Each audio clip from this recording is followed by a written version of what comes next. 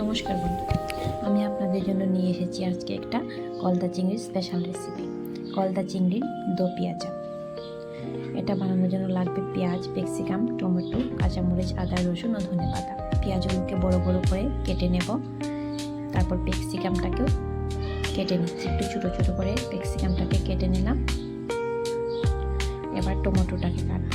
টমেটোটাকে ছোটো ছোটো করে কাটতে হবে, ছোটো ছোটো পিস করে টমেটোটাকে কেটে নিলাম। দেখুন কীভাবে কাটছি। এবার পেঁয়াজের পিছনের পাপড়িগুলোকে ছাড়িয়ে নেব, আর সামনের অংশটাকে আদা রসুন পেঁয়াজের সাথে একটা পেস্ট বানিয়ে নেব। পিছনের পাপড়িগুলোকে এভাবে আপনারা ছাড়িয়ে নেবেন। এবার মাছগুলোকে কেটে পরিষ্কার করে নিয়ে এসেছি। এর মধ্যে লবণ আর হলুদ দিয়ে দিলাম। এদিকে কড়াইতে আমি তেল গরম বসিয়ে দিয়েছি। তেলের মধ্যে আমি মাছগুলোকে একে একে ছেড়ে দিলাম। আগুনটাকে আমি লো ফ্লেম করে দিয়েছি। ভালো করে লাল করে ভেজে নেব। এগুলোকে তুলে নিচ্ছি, ভাজা হয়ে গেছে। এবার কড়াইতে আমি একটু তেল দিয়ে দিলাম। তেলে আমি 5 কালো জিরে সম্বাস দিয়ে দিলাম, আর গোটা দারচিনি আর 2টো এলাচ এর মধ্যে আমি দিয়ে দিচ্ছি। এবার ছোটো ছোটো করে কেটে রাখা টমেটোগুলো এর মধ্যে আমি দিয়ে দিলাম। টমেটোটাকে আমি ভাজবো যতক্ষণ না টমেটোটা গলে যাচ্ছে। এবার এর মধ্যে আমি অ্যাড করবো হলুদ, জিরা, ধনিয়া, লাল মরিচের গুঁড়ো, লবণ অ্যাড করে এটাকে আমি আবার কিছুক্ষণ ভাজবো। কিছুক্ষণ ভাজার পর আমি এর মধ্যে অ্যাড করে দেব সয়া সস। 1 চামচ সয়া সস দিয়ে দিলাম, আর অ্যাড করব 2 চামচ টমেটো সস। টমেটো সসটাকেও অ্যাড করে দিচ্ছি, আর একটু সময় এটাকে ভেজে তারপরে আমি এটার মধ্যে অ্যাড করব আগে থেকে পেস্ট করে রাখা আদা, কাঁচামরিচ আর রসুনের পেস্ট। এবার এটাকে আরও কিছুক্ষণ ভাজবো।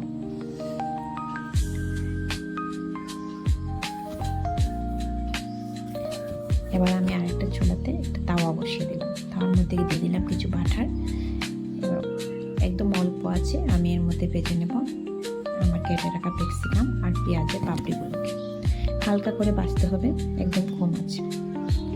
এদিকে মশলাটা থেকে যখন তেল ছেড়ে দেবে তখন মশলাটাকে আর সময় ভালো করে ভেজে তার মধ্যে আমি অ্যাড করে দেব একটু জল।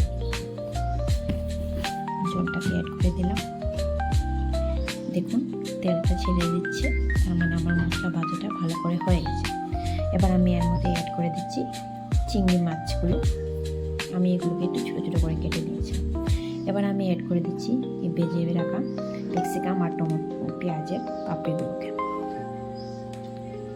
একটু সময় নাড়িয়ে একটু সময় ভেজে এবার এগুলোকে আমি এর মধ্যে অ্যাড করে দেব গরম মশলা,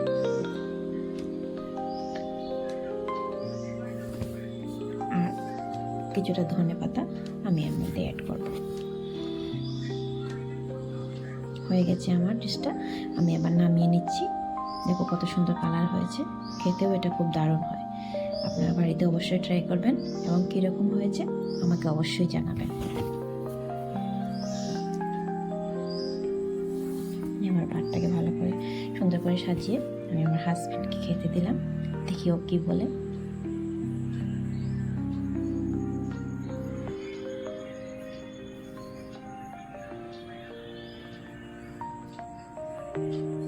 কি কেমন হয়েছে?